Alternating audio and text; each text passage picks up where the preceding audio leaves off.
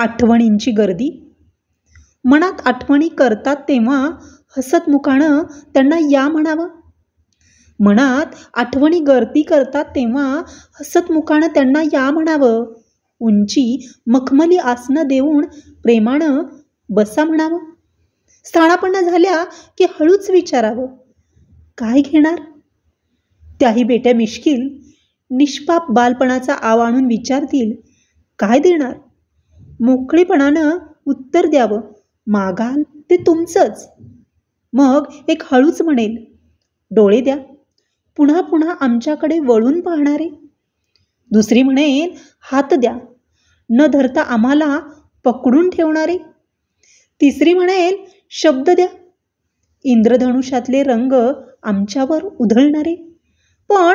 पण कुणालाच काही देऊ नये. पण कुणालाच काही देऊ नये. शब्द तर मुळीच देऊ नयेत. चौथी पाचवी सगळे होतील पुढं, पण मधभरल्या गळ्यानं नुसतंच हू म्हणावं. डोळे मिटून घ्यावेत आणि सगळ्यांना कुरवाळीत मनाच्या तळमहालात झोपवून टाकावं.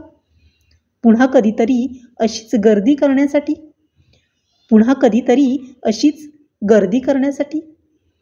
कवयित्री पद्मा गोळे यांची आठवणींची गर्दी ही कविता तुम्हाला कशी वाटली ते तुम्ही कमेंट बॉक्समध्ये नक्की कळवा. चला तर भेटूया पुन्हा एकदा नवीन अंतरंगासोबत. तोपर्यंत धन्यवाद.